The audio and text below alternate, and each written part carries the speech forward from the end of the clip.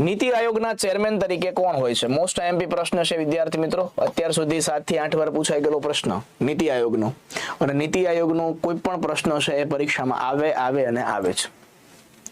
સીસીની પરીક્ષામાં તો હવે નીતિ આયોગ એક ચેપ્ટર આપી દીધું છે. નીતિ આયોગનું ફૂલ ફોર્મ પણ પૂછાઈ જાય વિદ્યાર્થી મિત્રો. નીતિ આયોગ છે ને એનું ફૂલ ફોર્મ પણ પૂછાઈ જાય, ખાસ યાદ રાખજો. National institution for transforming India. એના હોદ્દાની રૂએ છે અધ્યક્ષ કોણ હોય છે? તો કે હોદ્દાની રૂએ અધ્યક્ષ છે હંમેશા દેશના છે વડાપ્રધાન હોય છે. કોણ હોય છે? દેશના વડાપ્રધાન હોય છે. તો અહીંયા છે આપણો જવાબ શું આવે છે? અહીંયા આપણો જવાબ આવે છે માનનીય વડાપ્રધાન શ્રી નરેન્દ્રભાઈ મોદી. આ વસ્તુ છે વિદ્યાર્થી મિત્રો ખાસ યાદ રાખવાનો છે. ઓકે. અને આના છે વિદ્યાર્થી મિત્રો શું પૂછાય છે? તો કે ઉપાધ્યક્ષ પૂછાય છે. ઉપાધ્યક્ષ કોણ છે એ પૂછાય છે.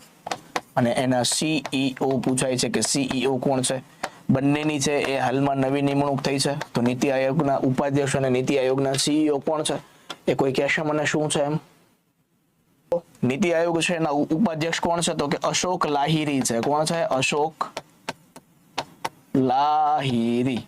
અને નીતિ આયોગના સીઈઓ છે એક મહિલા છે જેનું નામ છે નિધિ છિબ્બર.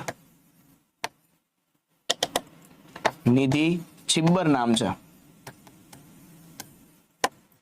તો ખાસ યાદ રાખજો, પરીક્ષાની અંદર છે આવા પ્રશ્ન પૂછાઈ શકે છે. કારણ કે તાજેતરમાં બનેલી નિમણૂક છે તો એ પરીક્ષામાં 100% આવે. બરોબર.